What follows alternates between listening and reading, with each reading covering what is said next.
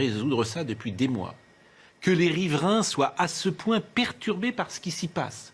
Et Madame Hidalgo est venue pour expliquer que c'est de la faute du préfet. Bien sûr. Donc on va l'entendre. Donc vous allez voir cette séquence, c'est ahurissant. C'est-à-dire que pour les riverains, tu as le maire de Paris qui dit c'est de la faute du préfet. Le préfet dit l'inverse. Et ces gens sont incapables de résoudre le problème. Mais en fait, c'est une honte. C'est une honte. Voyez le sujet de Anthony Favali.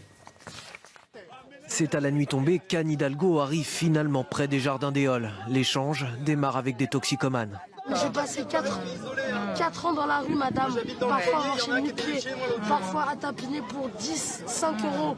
On comprenne que les salles de chute ne sont pas une réponse. Le toxicomane suivra le dealer qui, lui, ne viendra pas à la salle de chute. Auprès des habitants, la maire de Paris pointe encore du doigt la préfecture. La réponse du préfet de police, elle est de dire il faut accepter pour un temps ici, dans 3 mois ailleurs, ces situations de deal à ciel ouvert, je ne l'accepte pas. J'en appelle au ministre de l'Intérieur. Des mots qui semblent loin d'apaiser les riverains. Il n'y a pas de réponse, ça tourne autour de, voilà, c'est pas la mairie de Paris, c'est la préfecture. Je suis déçue, je m'attendais pas à ça. Nous, on n'a aucune réponse. On n'a aucune réponse. On est en train de se renvoyer la balle alors que le temps n'arrête pas de nous torturer. Dans un communiqué, la préfecture rappelle que c'est la maire de Paris qui a décidé seule de la fermeture aux toxicomanes des Jardins des Halles sans lieu alternatif et que la police a interpellé 88 personnes dans le secteur. Coralie Dubos, vous êtes députée et on parle souvent de l'abstention. Là, je vais faire, pardonnez-moi, mon démago de base, si j'ose dire. Mais comment voulez-vous que les gens aillent voter quand ils ont des élus qui sont incapables de résoudre ce genre de problème ? Non, mais j'avoue que là, cette situation-là est assez indigne. Moi, je ne comprends pas la façon dont la maire de Paris se déresponsabilise totalement en disant « c'est pas moi, c'est la préfecture », alors qu'elle a enclenché cette situation. Et qu'enclencher une telle situation sans accord avec la préfecture, c'était la première des irresponsabilités. Maintenant, passons cet état de fait, même si elle est à l'origine du problème et qu'elle a un peu acculé les services d'État alors qu'elle savait très bien qu'il y avait des étapes à passer et des solutions à mettre en œuvre avant de fermer ces jardins-là.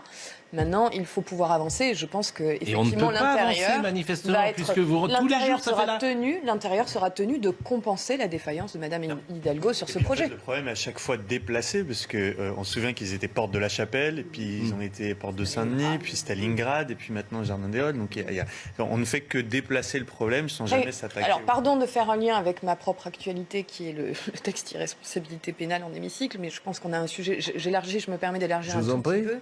On a un véritable sujet de lutte contre les addictions en France. Il faut qu'on s'y attelle de façon extrêmement déterminée. Alors là, nous le faisons en matière pénale, c'est une chose, mais on est au bout de la chaîne et il faut vraiment qu'on aille plus loin aussi en matière de prévention, que ce soit par l'éducation ou par la santé publique. Vraiment, il faut mettre le paquet parce que ça devient catastrophique dans plusieurs villes. Mais je crois que cette histoire du crack est très révélatrice, je dirais même d'une méthode politique. Moi, je crois qu'en réalité, malgré le désaccord scandaleux entre la préfecture et Anne Hidalgo, c'est que ces gens-là ne savent plus comment régler les problèmes.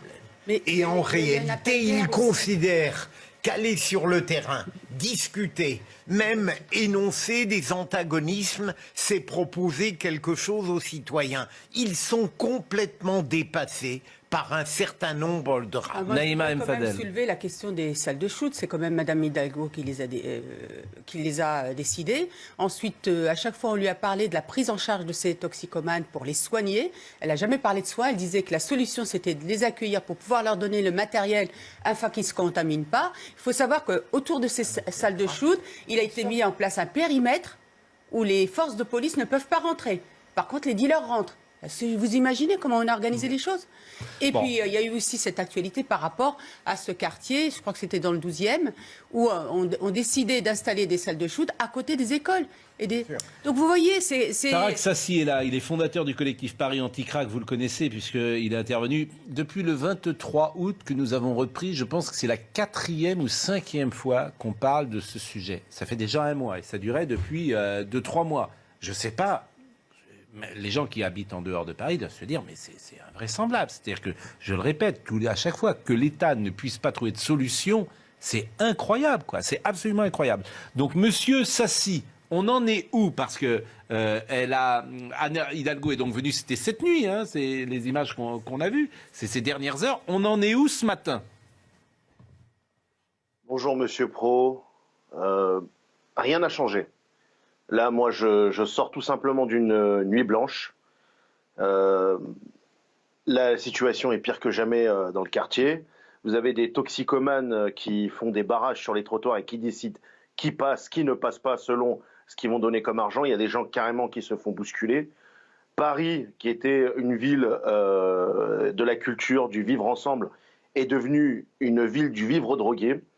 Vous aviez des jeunes filles qui ressemblaient à Mila Schmidt en tombant dans la toxicomanie et maintenant elles ressemblent à Rock Caroli. Vous avez des toxicomanes qui sont complètement déchaînés, qui ont, je veux dire, on assiste à des scènes de masturbation de rue, des tentatives de viol parce qu'ils ont une libido à la Céline Varini et il n'y a rien qui est fait là-dessus. On peut quand même dire une chose de positive de cette visite de Madame Hidalgo, c'est qu'elle a eu le courage de venir de nuit s'exposer aux toxicomanes. Mais la mauvaise chose, c'est qu'elle nous a vendu du rêve, parce qu'on aurait voulu qu'elle vienne avec monsieur le préfet qui prenne ses responsabilités. Et je tiens à dire que l'ensemble de la majorité présidentielle nous a déçus, nous a trahis et ne prend que des décisions inefficaces depuis le début de cette crise sanitaire. Et ce qui se passe aujourd'hui avec ces toxicomanes, c'est une conséquence des crises sanitaires avec une explosion des consommations de stupéfiants, une mauvaise gestion. La précarité encourage encore plus, c'est le terreau de la toxicomanie et du deal. On ne fait rien encore là-dessus sur la prévention. Je rappelle que la prévention est hyper importante. Nous avons vu des mineurs sur place. Quand on sait que des collégiens nous disent qu'ils évitent de passer par le pont Riquet parce que les dealers leur disent soit de devenir consommateurs, soit de devenir des toxicomanes, on a vu des gamins de 12-13 ans sortir des tentes avec des pipes à crack, faire des allers-retours. Il faut se rappeler aussi qu'on ne fait rien sur cette prévention au niveau des divertissements quand on sait que Skyrock diffuse du rap qui fait l'apologie du crack comme SCH qui chante crack ou Caris qui dit qu'à lâcher chargé cuisine du quecra ou Cobaladé dans l'Essonne qui dit je vais vendre de l'AC si je vends pas assez. Il n'y a rien qui est fait. On a laissé la drogue dominer totalement Paris. Châtelet est devenu une place forte de la drogue. Les dealers blanchissent leur argent sur des micro-trottoirs où ils harcèlent et agressent des filles. Et personne ne fait rien, alors qu'on a les informations, on a les images, on sait ce qui se passe, il n'y a rien qui est fait.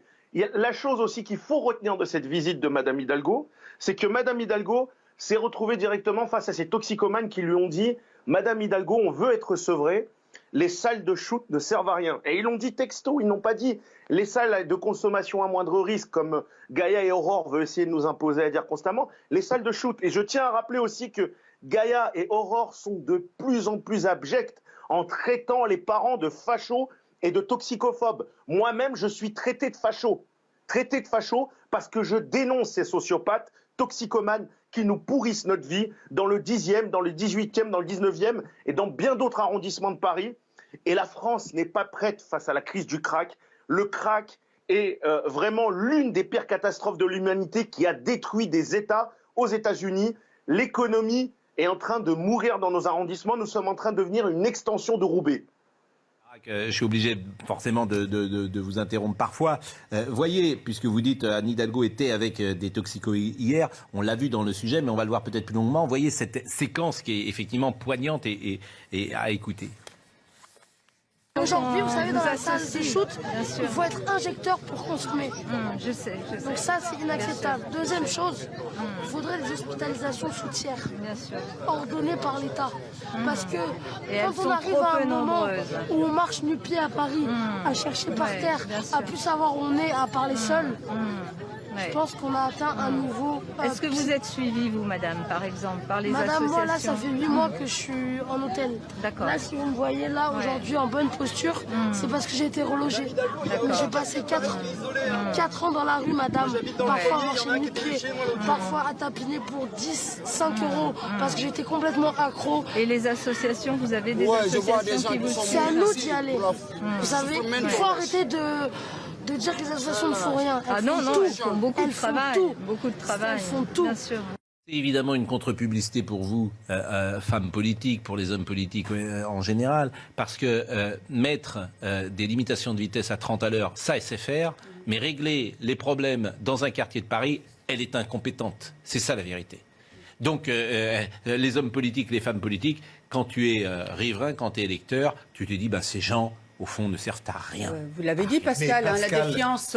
pour une fois, faire votes, dans le pluralisme politique, je suis frappé de voir, pour cette affaire, comme pour un reportage que j'ai vu tout à l'heure sur Cavaillon, à quel point le registre commun de la classe politique, qui est pourtant en charge des responsabilités, c'est une sorte d'impuissance résignée. C'est extrêmement grave, et sur le plan régalien, on en voit les signes depuis 4 ans et demi, mais là, ce sont des événements dérisoires où les politiques montrent qu'ils offrent des cacahuètes de démagogie à des gens. Mais Tarak, je voudrais intervenir parce qu'il y a les politiques, la majorité présidentielle, je dois pouvoir répondre. La première des choses, c'est que cette situation ici à Paris est évidemment abominable et doit être réglée en responsabilité, quel que soit le parti. Ça, c'est certain, et de façon transpartisane.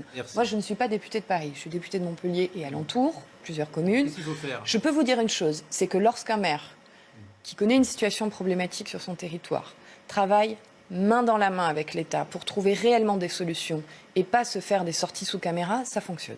D'accord. Donc c'est de la faute de Mme Hidalgo. Ce que je suis en train de vous dire, c'est que des situations aussi graves, ça se prépare. On ne prend pas des décisions à l'emporte-pièce et encore moins contre la préfecture. Des mineurs clandestins, des mineurs donc accompagnés. Pardonnez, juste une dernière chose. Une dernière chose, après je vous laisserai.